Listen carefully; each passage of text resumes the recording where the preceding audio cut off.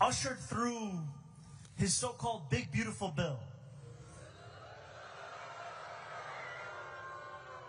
He did so ushering through the greatest wealth transfer in American politics. His legislation will throw millions of New Yorkers off of their health care. For a man who campaigned on cheaper grocery prices, it will cut SNAP benefits for the hungriest among us. And all of this to give more money to those who already have more than they know what to do with. That is the fight that we are seeing taking place here. The interconnectedness of an attack on working people, all to enrich those same billionaire donors that gave us Donald Trump's second term.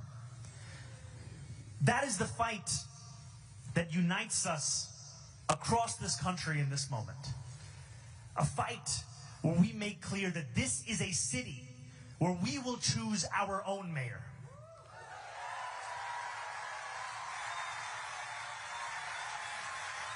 It's not going to be Donald Trump. It's not going to be Bill Ackman. It's not going to be DoorDash. We will choose our mayor.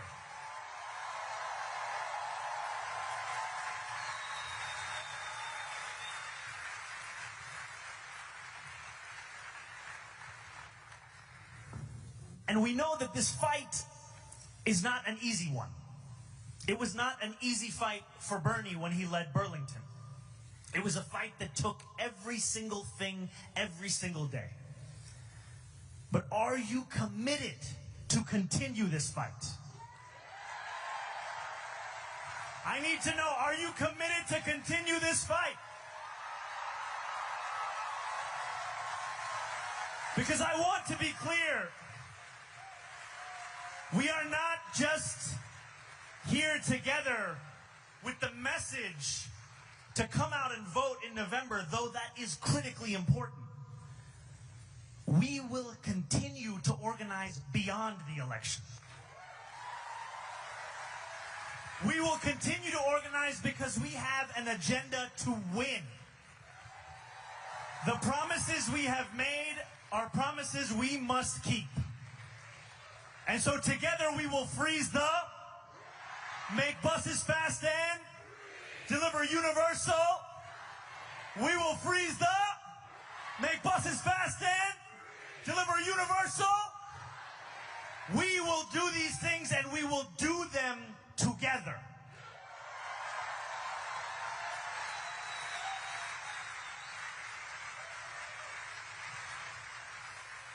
If anyone tells you that after you cast your vote, you have done your job, tell them it is just the beginning. It is just the beginning.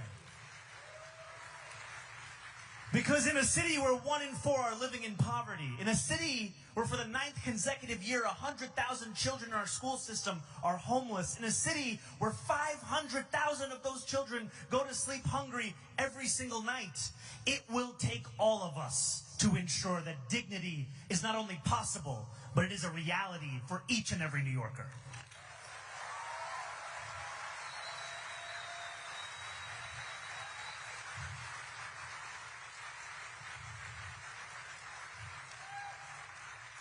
And one of the many things that we love about Bernie is you could go to any year that he has been in politics and you will find him saying the same thing.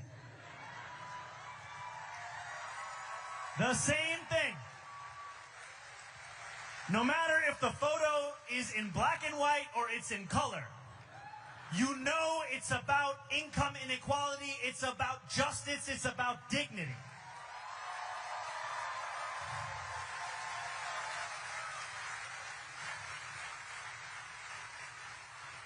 But today, Bernie said something to me that no man is an island. We are all in this struggle because someone brought it to us. And as we remember that, we must know that now it is also our turn to not only join this struggle, but to lead this struggle. It is a time for all of us to see ourselves as the people who could deliver the world that we deserve.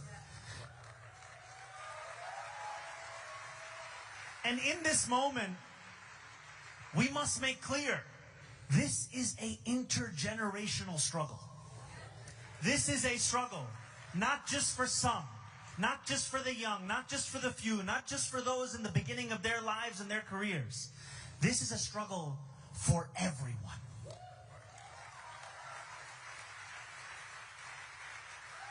It is a struggle for everyone because it is about everyone.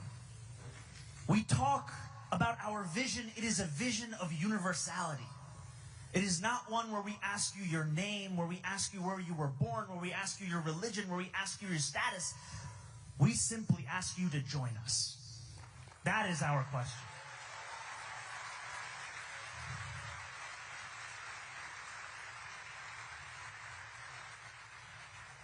And so it is an honor to be here alongside an icon of our struggle.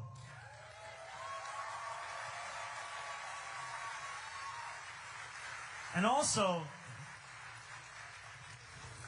we know that Bernie once famously said, if you want someone to wish you happy birthday, that's not me. But he also said, not me, us. And on Monday, it will be Senator Sanders' birthday, and I ask you to join me. Happy birthday to you.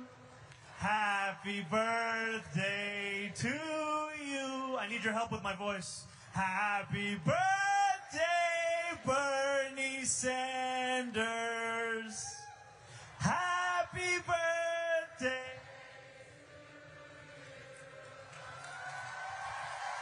And now, the senator from the great state of Vermont, Bernie Sanders!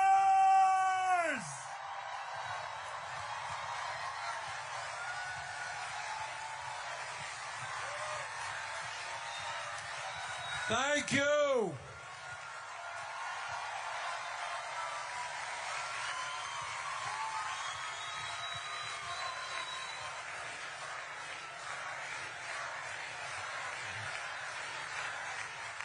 Thank you very much. And it is an honor and privilege to be with you this evening and to congratulate the next mayor of the city of New York,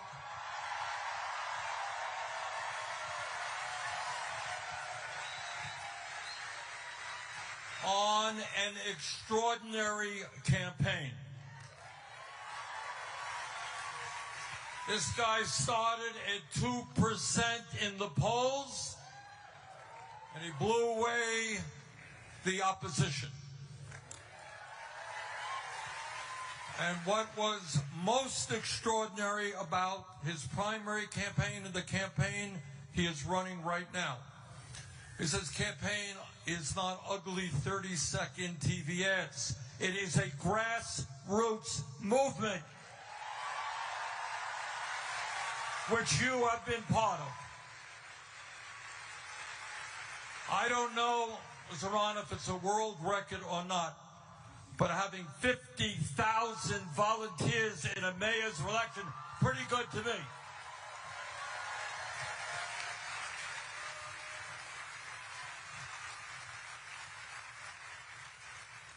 Now, as part of our Fighting Oligarchy tour, which Zohran is joining me on tonight, we have now been to 21 states. We have done 35 events for over 300,000 people from Maine to California.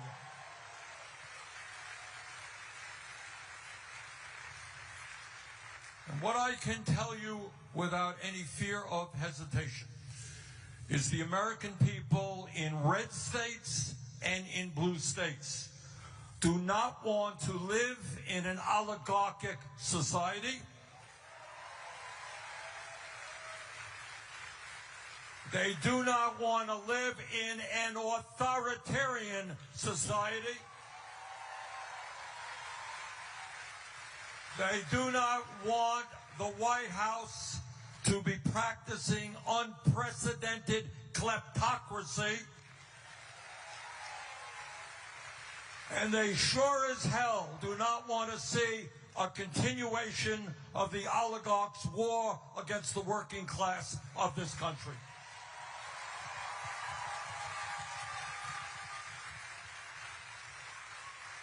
And what Zohran's campaign is about is an understanding that today we are living in an unprecedented moment in the modern history of our country, and we have got to fight back in an unprecedented way.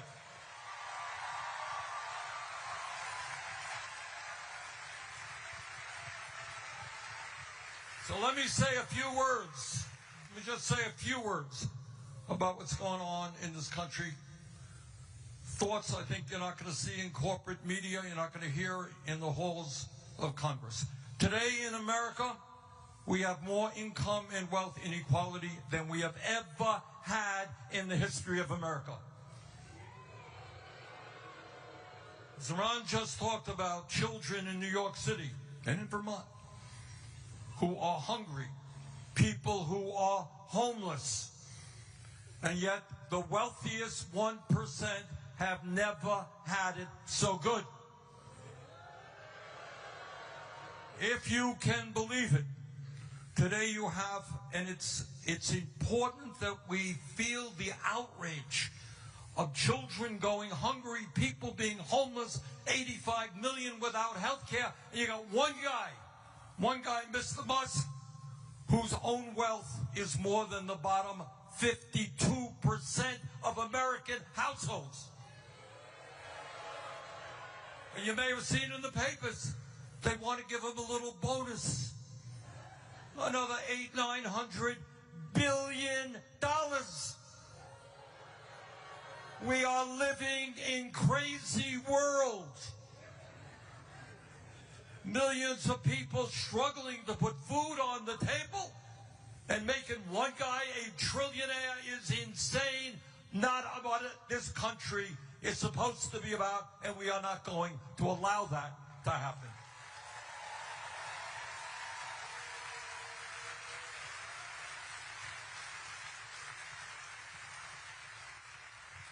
But it's not only income and wealth inequality. Today you have more concentration of ownership in America in every major sector: financial services, transportation, agriculture, media. You got a handful of giant corporations that determine what is produced, how workers are treated, and what you pay for those products. But it's not just income and wealth inequality. It is not just a small number of people controlling our economy. You have 6 major media conglomerates that control in this country what 90% of our people see, hear, and read.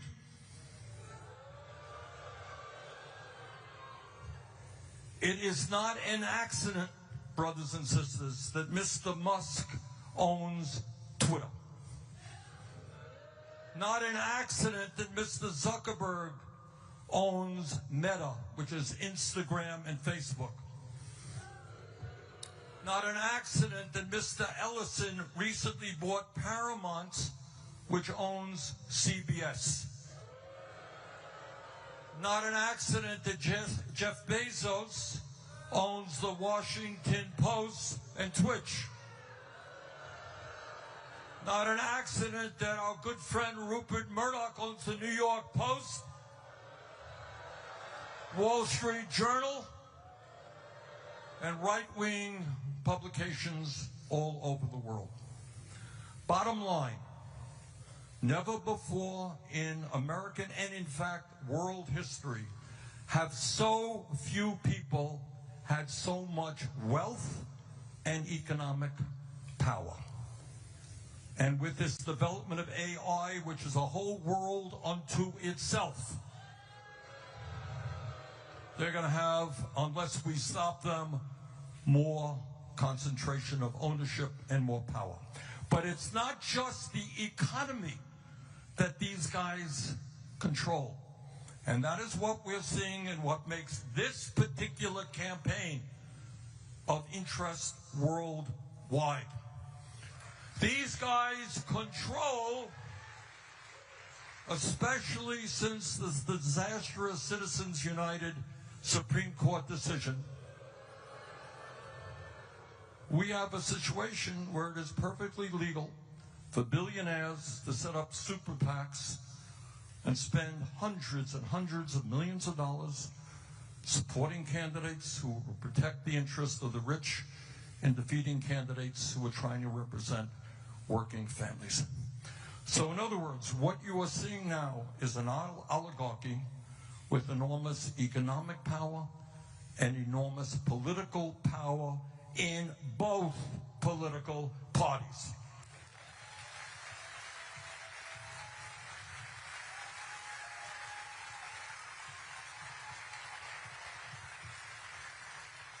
And what this campaign is about, and why it is so enormously important, is it a test case?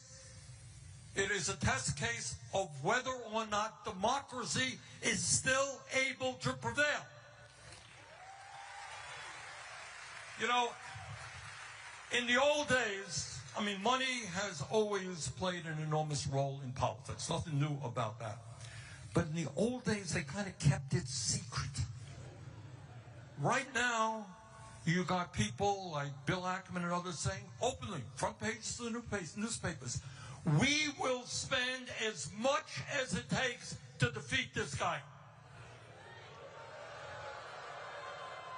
You have the President of the United States working to make it harder for him to get elected.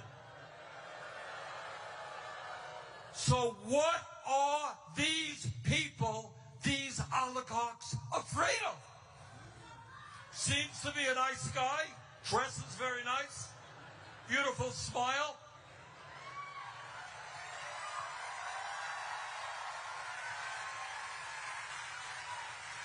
Unlike me, he's a pleasant guy. What the hell are they afraid of? And what they are afraid of, brothers and sisters, is not only the question of bringing justice to New York City. You know what they're afraid of? They're afraid of Mr. Mamdani becoming an example to what can happen all over this country.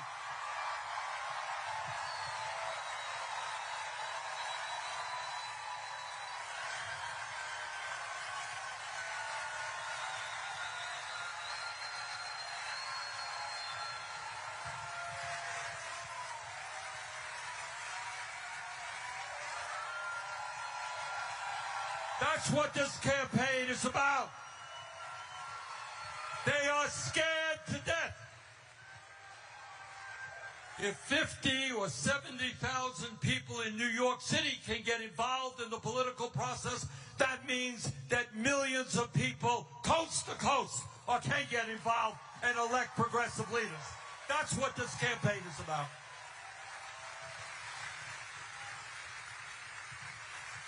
And you know what else they're afraid?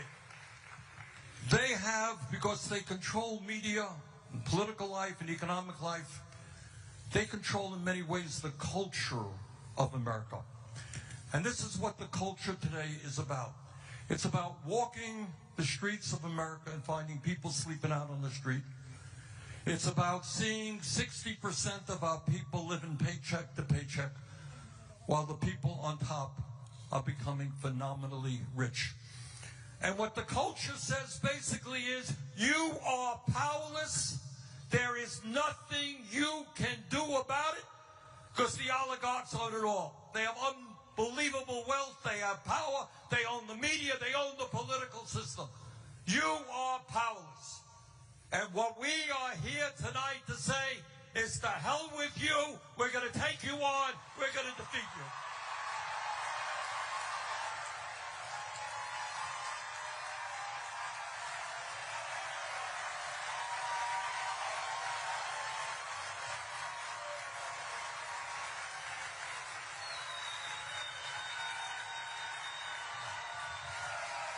That's what this campaign, and that's what fighting oligarchy is about.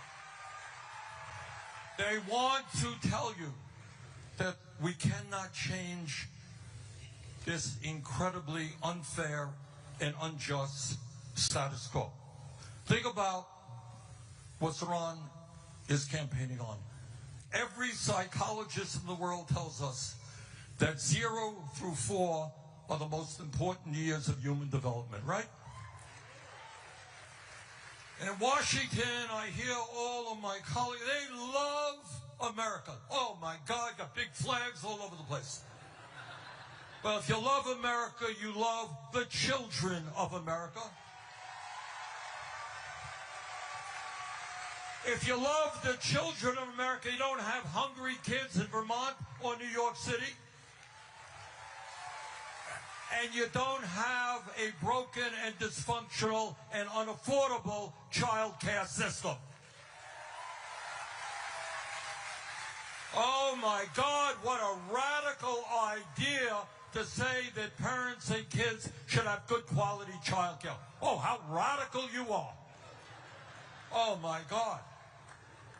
All over this country, in Vermont, in New York City, people cannot afford their housing. Now, it's a funny thing. I did some calculations. I grew up, as some of you may know, about a mile away from here.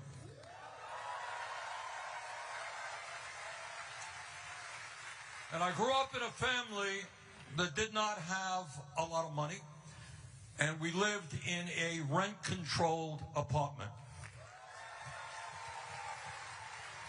So my dad never made any money, but we were able to live with an element of security. And I did some calculations based on my dad's income. We were spending back then, Zohran, about 18% of our family's income on housing. 18%. Okay? First year of college, I went to Brooklyn College.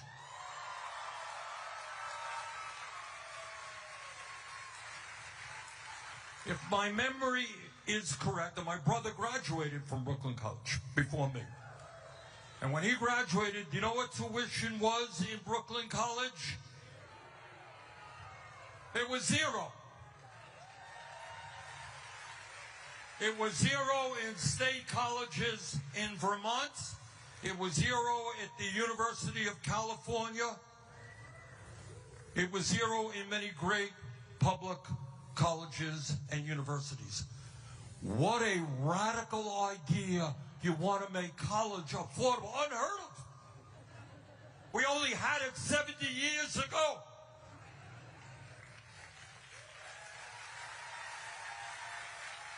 What a radical idea to say that we should stabilize rents so the working class people can live in this city.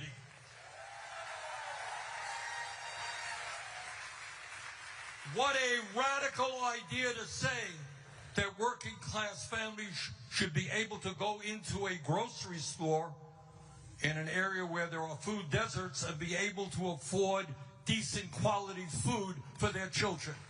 Oh, man. What a radical guy he is. What's the point? The point is you've been sold a bill of goods. You've been told that this is the best America can be.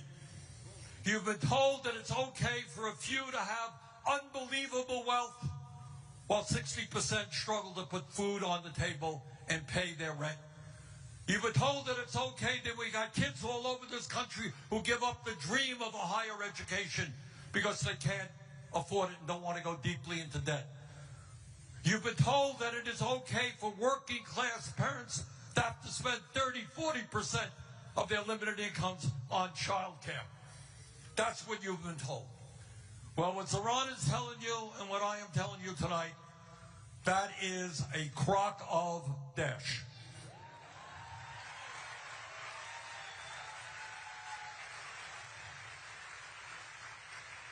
And here is the story that they don't want to get out. In the richest country in the history of the world, it is not a radical idea to say that every man, woman, and child in America can have a decent standard of living. That ain't radical.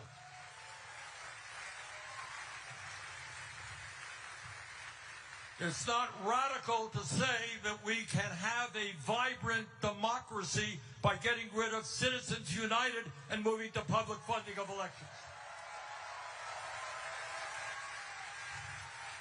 It's not radical to say that the billionaire class has got to start paying their fair share of taxes.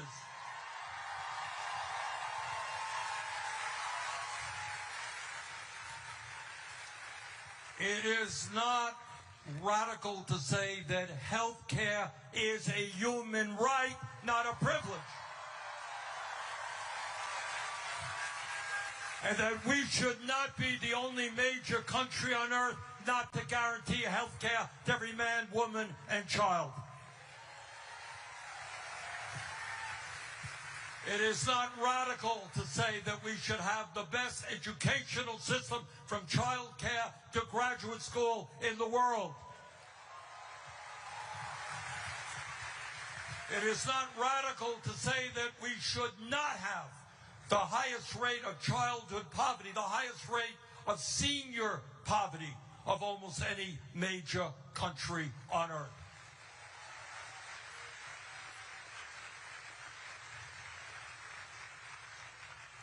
And by the way, it is not radical to say that we should have a foreign policy based on humanity and based on justice.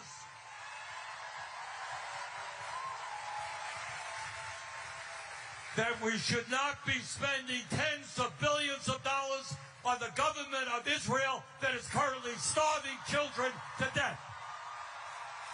That is not radical.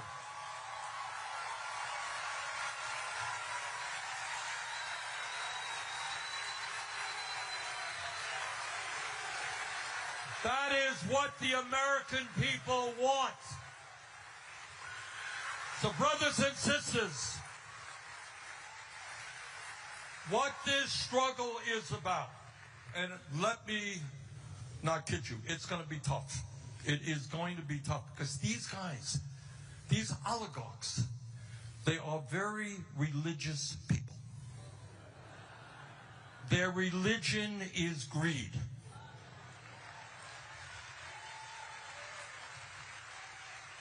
You would think that if you had a couple of $1 billion, it might be enough. Not for them. These are strongly motivated people. They work very hard. They want more and more and more, and they don't care whom they destroy in the process.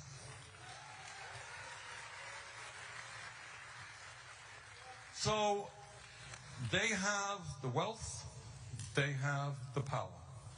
But you know what we got? And that's what Zohran's campaign is showing. We have the people.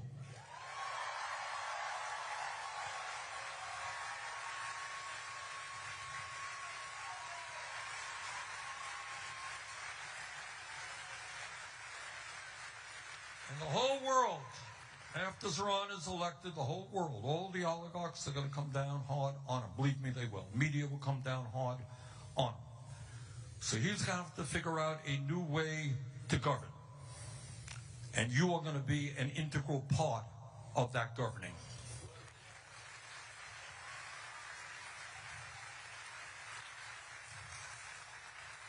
So brothers and sisters, I want to thank all of you for coming out in this difficult moment in American history. And I want to remind you what you already know. What's going on here in New York City in this campaign is being watched all over America, all over the world.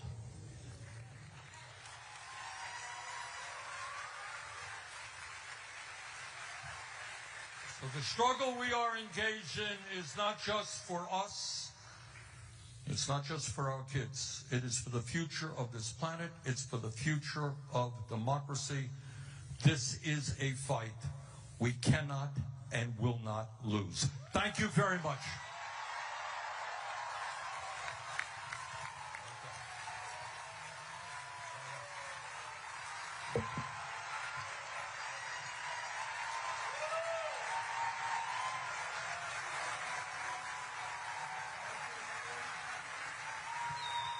Okay. Okay, we have, Faz, raise your hand. Socrates, where are you? Jeremy, okay. We have a couple of mics going out there. We have time for a few questions. Make your question short and direct it to either Zohran or myself. Okay, I see you. Yes, right up here, ma'am. Yeah, stand up, wait for the mic. Be loud. Hi, I'm a teacher. My name's Heather. And this is my 23rd year teaching. I moved here in 2016, so I'm part of Tier 6. So I was just wondering what your plan was to help Tier 6 people, you know, get better retirement.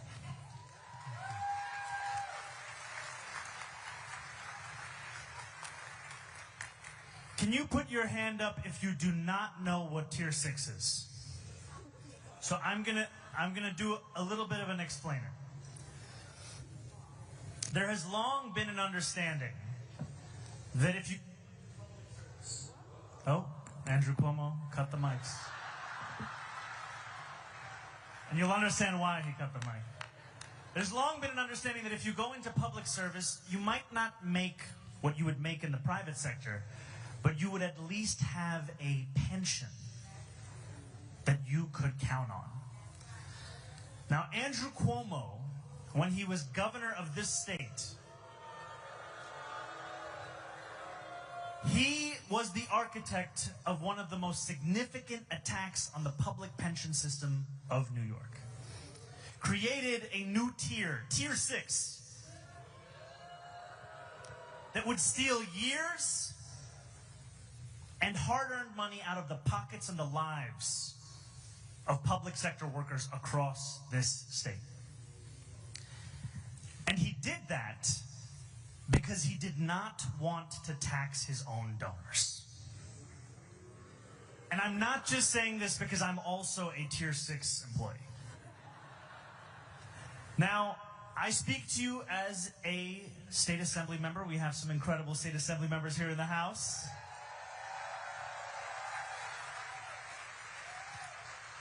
Albany is a place where when the mayor comes, they have one of the biggest megaphones you could ever find. And the mayor's agenda is one that can influence what is considered important, a necessity, urgent, or what can simply be pushed along to another year.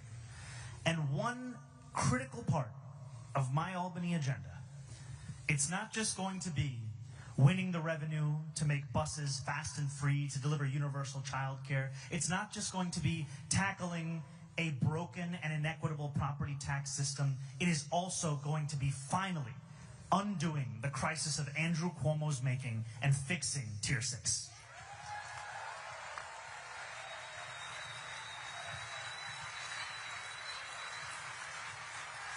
Okay, I see a woman over there in the red. Yep. Hi, Bernie. It's such a pleasure. I'm a new mom. I had a kid. Well, actually, he just turned 1, so I'm not such a new mom. I'm also a proud member of the Democratic Socialists of America. And I just want to say the incredible joy of having a kid. It really hurts after the child care. You know, it's so expensive to have a child. I pay $2,700 a month. That is over $32,000 a year to be able to work. And I would love for Zohran to give us let us know what it is that he needs from people like me, working parents. How do you need us to show up in order for universal childcare to become a reality in New York City? Because I would love to give my kid a sibling. I would love to save for housing. I would love to save for college. But I cannot do that under the current conditions. Thank you so much. You know, Bernie was saying earlier that we have to feel the depth of these statistics that we often grow numb to. We recite them, we read them, we know them, and yet we often do not feel them. How much money did you say you spend a year on childcare? Over $32,000. Over $32,000. That is more money than if Diana sent that same kid 18 years from now to Brooklyn College. That is more money. And that is why after housing, childcare is the leading cost that is pushing New Yorkers out of this city, pushing them out of this state. Now, there will be many who will say that an agenda that seeks to meet the needs of working people is too ambitious. Those were the same people who told us we could never have universal pre-K in New York City. Now, it is a fact of life. So I say this, that your question is, what can others do to ensure that we win this? Do not stop organizing. You know, Deanna said she's a member of NYC DSA.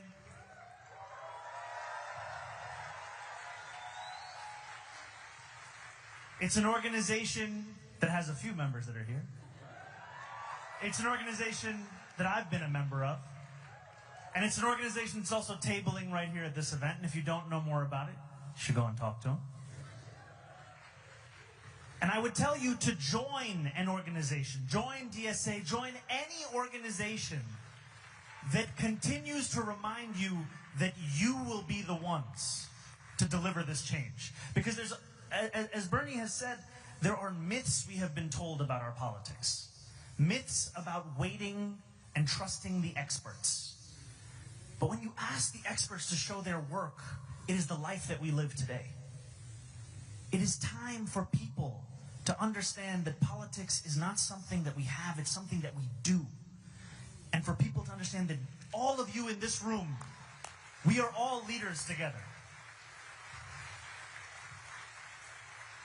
And the only way that any one of us has any semblance of power when we are inside a room is if we can point outside the room and say, you don't want to talk to those guys. You don't want to talk to the people across this city and this state who are demanding this. That the demands we bring forth, they are not just our own personal fixations. They are reflections of the needs of working class people who are unwilling to wait any longer.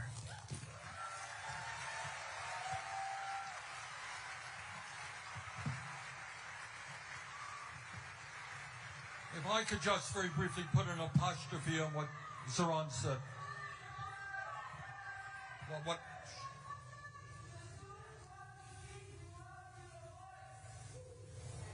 I'm sorry. What I just wanted to say in terms of the woman's point, we have got to not only change our national priorities. I'll give you an example. In Congress right now, I will vote against a $150 billion increase in military spending. But can you imagine, at a time we already spend more than the next 10 nations combined, $150 billion for Trump's military, but apparently we don't have enough money to provide quality child care to our children. We must not ever for 1 second accept that. That is insane. All right? Okay. Let's go over here. Gentleman right here. Yeah. Vaz, you gonna?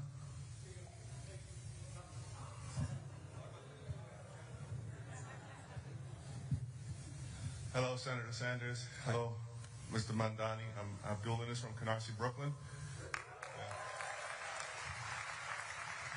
I just look at this campaign and it reminds me a little bit what happened a few years ago in Buffalo. A lady by the name of India Walton She ran and she defeated the Democratic incumbent. Right. But somehow that Democratic incumbent ran as an independent, and I heard some schemy things were going on. He was able to somehow retain his seat. And it's almost like deja vu right now with Governor Cuomo. Well, Andrew Cuomo right now, who's you defeated, but he's back as an independent. And I don't know if it's a Democratic Party of New York. It seems like it's going on all over the country. I think Seattle, some lady named Wilson is winning and doing great. So how do we make sure that something not like this doesn't happen again, and it's just straight up, you win and have fair elections?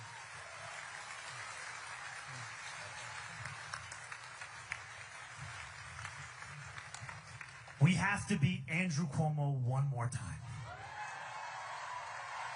We do. We do. This is a man who does not understand that no means no. This is a man who lost by 13 points to a campaign, our campaign, that got the most votes in New York City primary history. And still thinks that this is his race to win. But I appreciate the question also because it's a reminder to us that this job is not done.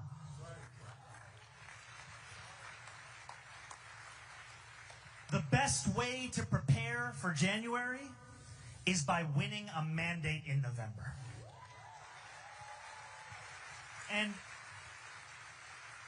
And we will face an incredible amount of money being spent against us. We will face smears and slander. We will face the kind of opposition that we have not yet seen in this city. And yet we know that we have all the same ingredients that defeated those same things in the primary. So, what my ask is to each and every one of you, we do not ask for your money because we are finished fundraising. We ask you for something more valuable. We ask you for your time. Can you put your hand up if you've canvassed for this campaign? This is beautiful. Now, I would ask you to come and canvass again.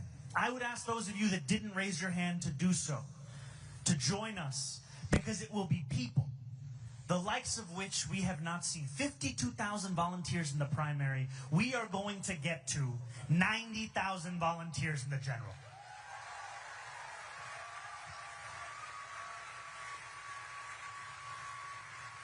I don't know if we've said that publicly, so to the field team, now we really got to get there.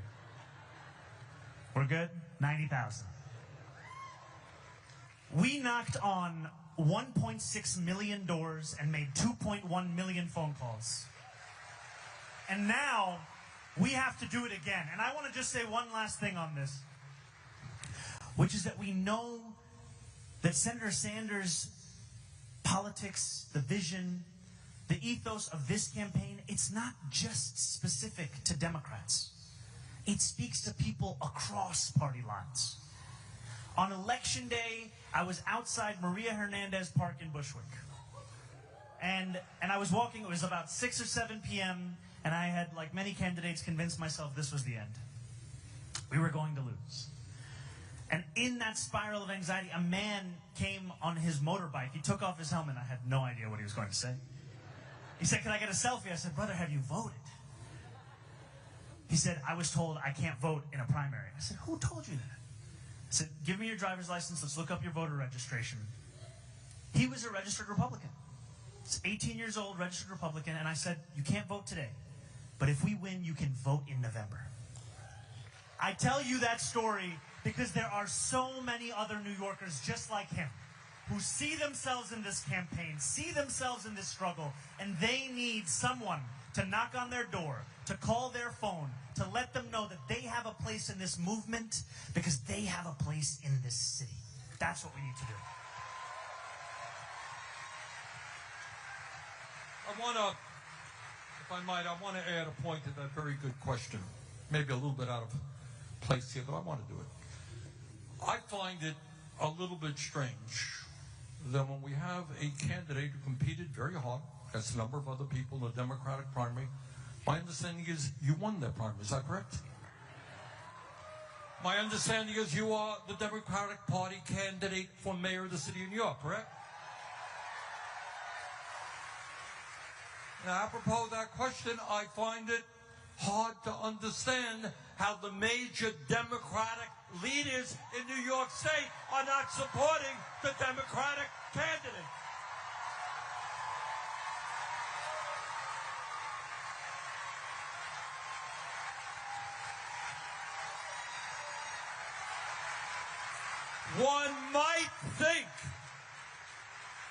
one might think that if a candidate starting at 2% in the polls gets 50,000 volunteers, creates enormous excitement, gets young people involved in the political process, gets non-traditional voters to vote, Democratic leaders will be jumping up and down. This is our guy.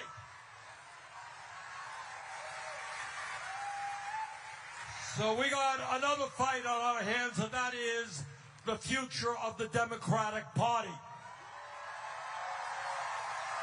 All right, let's get a question somewhere in the back there. Let me go way on the bleachers. All right. Faz, you want to get back there and select somebody? Whoa. There's a lot of hands going up. Who's the Brooklyn College student? What? I didn't hear. What are they saying? Jim. Okay. All right, one tonight. Faz, you got a question back there? Wait, look, there are many people raising their hands. I can't call on everybody at the same time. Senator Sanders, can you hear me? Loud and clear. And Assemblyman Zohran Mamdani, can you hear me? I too can hear you. My name is Danya. I'm a student here at Brooklyn College. I'm Jewish, first-generation American by Soviet Jews. I am also a trans woman, and I attend school here, and I was here back in May as a student and as a private journalist here during the encampment. Since then, 4 faculty members have been fired, and these are adjunct faculty members. Since those 4 faculty members have been fired, 5 faculty members and 1 staff are now under investigation by the direction of Chancellor Felix Matos and President Michelle Anderson. We, as the students, have been targeted time and time again, not just by the administration, but by the faculty who are against us, and by the public safety who have been pointing me out to each other all night long, because I refuse to let the fact that Mr. Mamdani's team has put us Brooklyn College students in the very back with black wristbands, segregated from everybody else when we should be up front. We are the next generation of revolutionaries. We should be speaking to you. In 2016, I met you, Mr. Sanders, outside James Madison High School, our alma mater. How would you feel if you were a student now being told to sit in the back?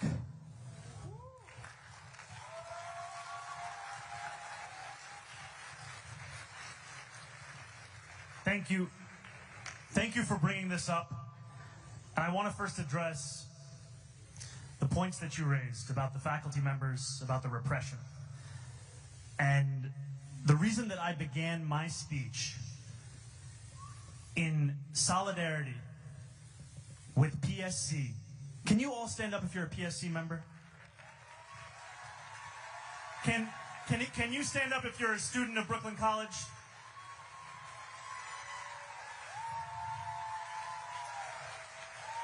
What we have seen, and James, for a little dramatic effect, can I steal your hat? Thank you, James. Give it up for the head of the PSC, James Davis!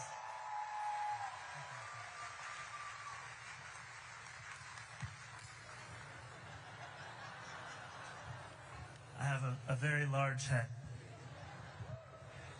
I wear this hat, and I say this in this moment, because the point that is being raised is that we are seeing faculty members who are facing not just discipline, but termination for the crime of expressing solidarity with the fight for Palestinian human rights.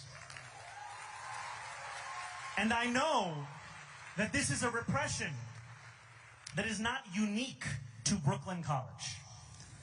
It is a repression that extends even to the ways in which we choose when to send police officers onto college campuses. The incident around encampments here at Brooklyn College, the decision to surge officers into that site is one that leaves students less safe than they were before.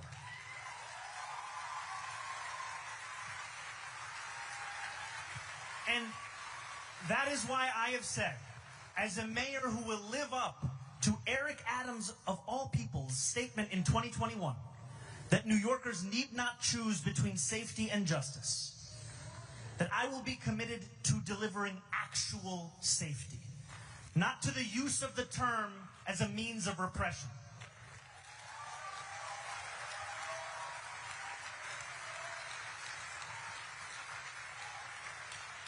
And so this commitment is one that I do not just make as a candidate, it is also one that I will fulfill as the mayor of this city.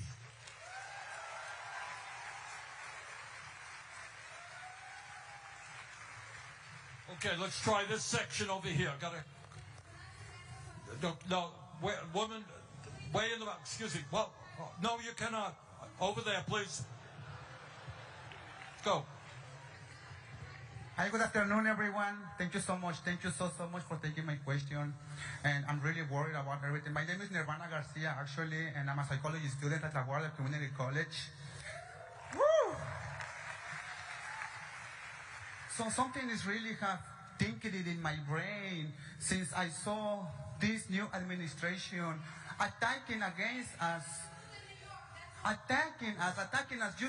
using social media to deny transgender identity. That's not true. They're denying identity. They're using disinformation, misinformation, and they're using their power to deny identities and to erase identities. That's not right. They're using disinformation, misinformation, and they are just basically destroying our culture. Yes. Please, Mr. Sanders, what can we do to fight against disinformation that they are doing? We are taking on a demagogue, and the demagogues do several things. One of the things they do is engage in the big lie. They lie all of the time. They lie all of the time. And they, with their big lie, whether it is in vaccines, whether it's what happened on January of 2021, whether in fact Trump won the election in 2020, they engage in big lies. That's what demagogues do. And we've got to fight them every way that we can. And one of the good things is I am seeing on the internet a lot of young people doing podcasts right now who are talking truth to power.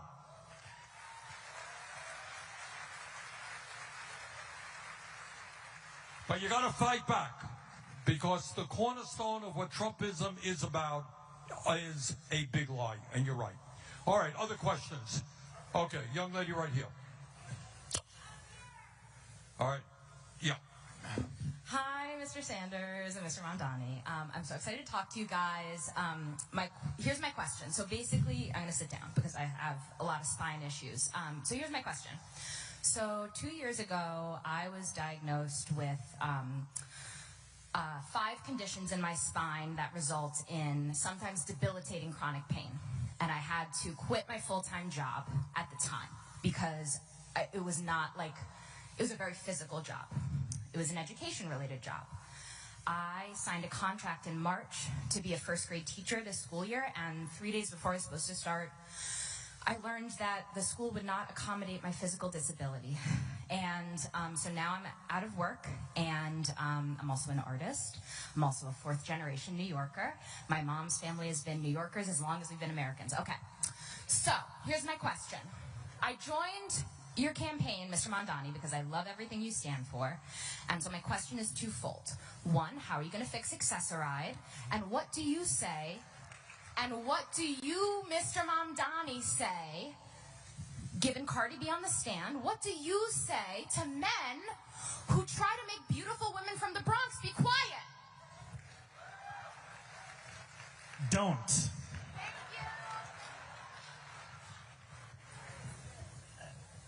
You know, and I think I have to say that every time I sit and talk to Senator Sanders, he will always bring up health care. He will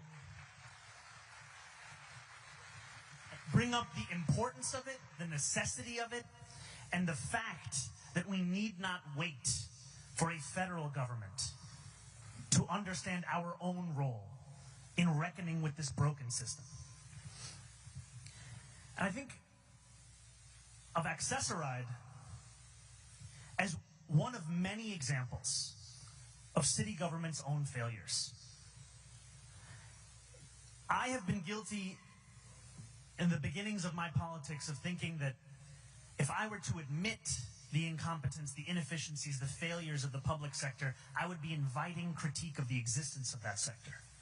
But when you do not admit those things, when you do not reckon with those betrayals, those failures, you make it seem as if you do not care about the outcomes of that sector. We have allowed the right wing to take language of efficiency, of fraud, of waste, of quality of life as if it is their own. It should be the cornerstones of progressive politics. And so to your point, Accessoride,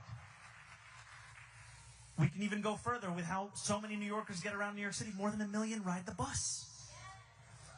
We have to reckon with the failures. And one of the first things I will be doing when I get to City Hall, with the help of each and every one of you, is to audit the entirety of the work that we do and that we fund.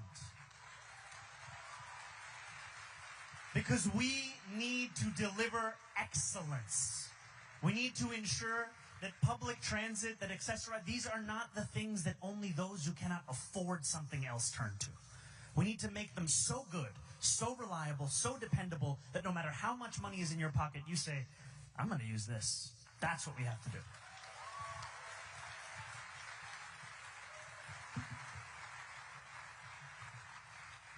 Zohran raises two important issues. Now, there are a lot of people raising their hands, all right? Please don't shout out. We'll do our best here. But just want to comment on one point, and I want everybody to understand this in their souls. You are living in the only major country on earth that does not guarantee health care to every man, woman, and child.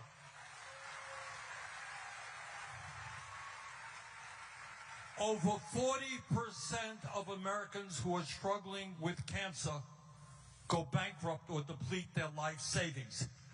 That's 500,000 people go bankrupt because of medical bills. That is cruel, immoral, absurd.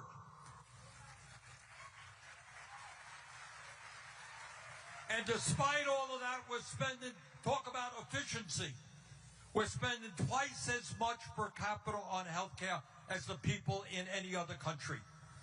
We should have the best gold standard healthcare system in the world, not one of the worst. So that's a fight we've got to wage and not ever give up on. All right, I see a woman right there, right in the middle, in a white blouse. Yes. Yeah, ma'am. Yes. Stand up. All right. Yes, you stand up, get a mic. Do we got her a mic? Faz, you got a mic? Okay. This is scary. Hi, Senator Sanders, you're my hero. I canvassed for you, and I would do it again. Thank you. And Mamdani, depending on how you answer this question, me and my children will canvass for you too. So my question is that, you know, I'm so thankful for everything you said. We've called out every issue, every community. You've stood for my family. I'm third generation. My grandma, projects, Brooklyn, my dad. And I feel like you've stood up for our family. I got to go to CUNY and all these things. And as a black woman in New York, I feel privileged because there are we all say we're native New Yorkers, but there are the original native New Yorkers, the Lenape people, who are the original chosen stewards of where we are. I'm part of a CUNY Indigenous Sovereignty Collective. I'm an Indigenous rights activist. And I tell you that they are still here. They are still trying to come home. We talk about the kids here, but what about the kids from here? How are you going to help them get education? How are we going to provide housing for them? You know, they are the first people who suffered from this capitalist core that we're in. Thanks. Remember, I may or may not canvass for you after this. We have to answer every question, like someone may or may not. You know, I think one thing that has frustrated me is the idea that by acknowledging that betrayal, we have then done the work of actually reckoning it with it. If the entirety of our commitment to people who are native to this city, to this state, to this country is simply an acknowledgement, that is insufficient. And I have spoken often about the universal commitment that we have across this city, but it will also take a lens to understand what are the specific ways in which we have let people down. What are the specific ways in which we have refused to learn from our own history? And I will tell you with honesty that there is so much for me to learn and for so many of us to learn about the ways we can actually meet that requirement. And I tell you this because oftentimes in politics it's seen as if we have a theory of one great person who simply has all of the ideas and they're coming to deliver us into the future that we deserve. When I was speaking earlier and I went through freezing the rent, making buses fast and free, delivering universal childcare, the idea of making buses fast and free was not my idea. It was an idea that I had given to me in a meeting with another New Yorker who was passionate about transit, Alicia Singham Goodwin. When we were having meeting after meeting about our campaign to fix the MTA, we were soliciting people for advice of what do you think we should do.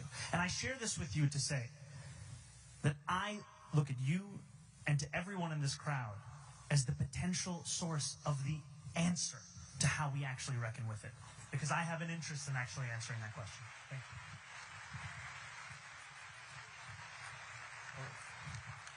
All right, let me make an apology here. I've got a plane to catch, so maybe one more question. I see a woman, Faz, right behind you. Yeah. Woman. Nope, that's one. Yep. All right, both women. All right. 2 questions. Let's go. Start off. Hello. Senator Sanders, Zohran Mamdani. My name is Remy Bahati. I'm a Ugandan-born, Columbia-educated journalist.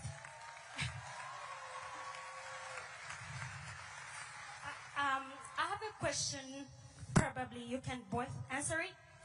Uganda has been in the news for the wrong reasons, and the reason is because they have accepted to host deportees from the US, and it's setting a precedent for New York immigrants who are every day living in fear of being deported to countries like Uganda, to countries that we have no idea about. Zohran, first I would like you to pronounce yourself on the decision by Uganda, where you're originally from, on taking immigrants from the US. And then 2, what are you going to do to protect immigrant New Yorkers living in fear every single day?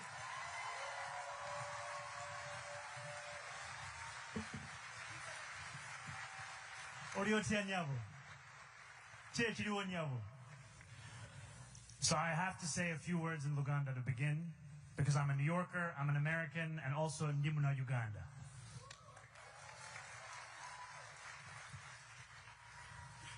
I think it is wrong to accept any part in the Trump administration's deportation agenda. It is wrong. It should be opposed, and we should understand that the greatest responsibility is with this administration here, seeking to tear families apart across this country.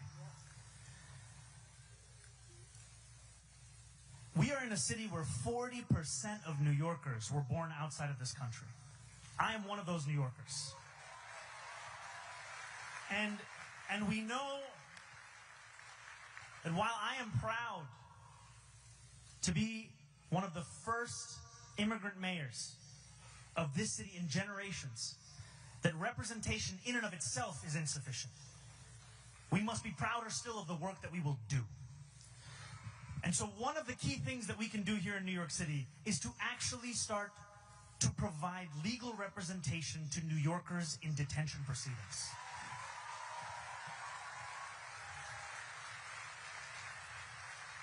There are tens of thousands of New Yorkers who are in immediate danger of deportation. And City Hall has only assisted fewer than 200. Fewer than 200. And the reason is not simply an illustration of our values that we are betraying that. It's because we know that this is effective. Just the mere act of having legal representation in that proceeding increases your likelihood to go home to your family by 11-fold. 11-fold. And so one of the first priorities of my administration will be to increase funding by tens of millions of dollars to scale up this program such that we do everything in our power to ensure that immigrant New Yorkers are not living in fear across this city.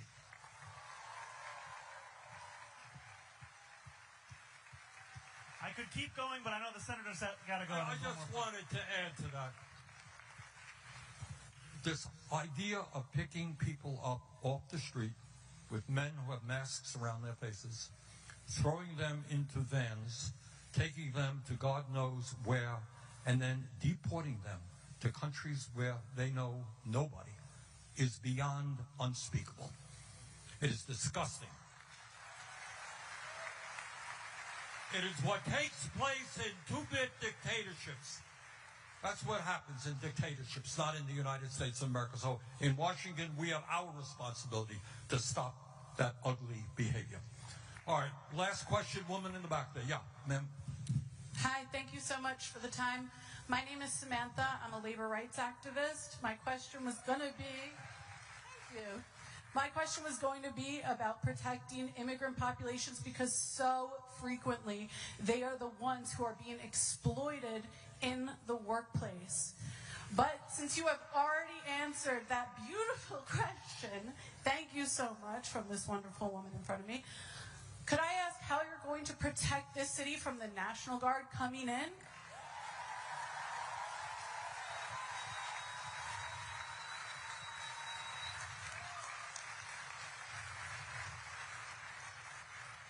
The first thing is we have to prepare for the inevitability of that deployment. We cannot try and convince ourselves that because something is illegal, Donald Trump will not do it.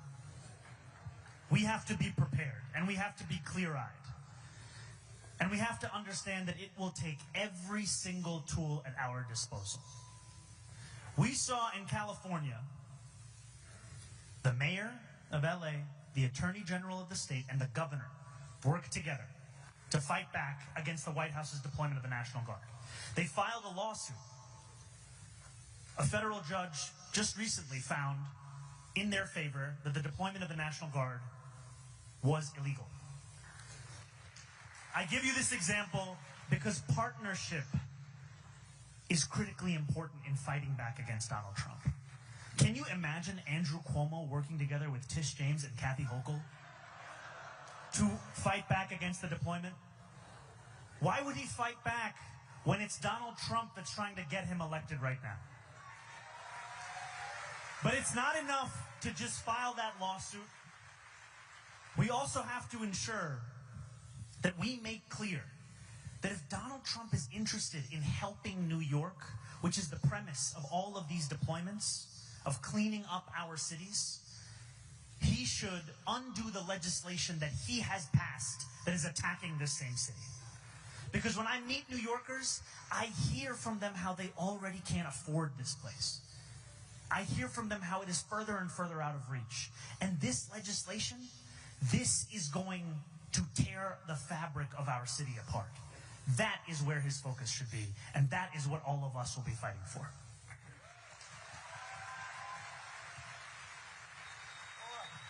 Okay. Well, listen, thank you all very much for coming out. Thank you.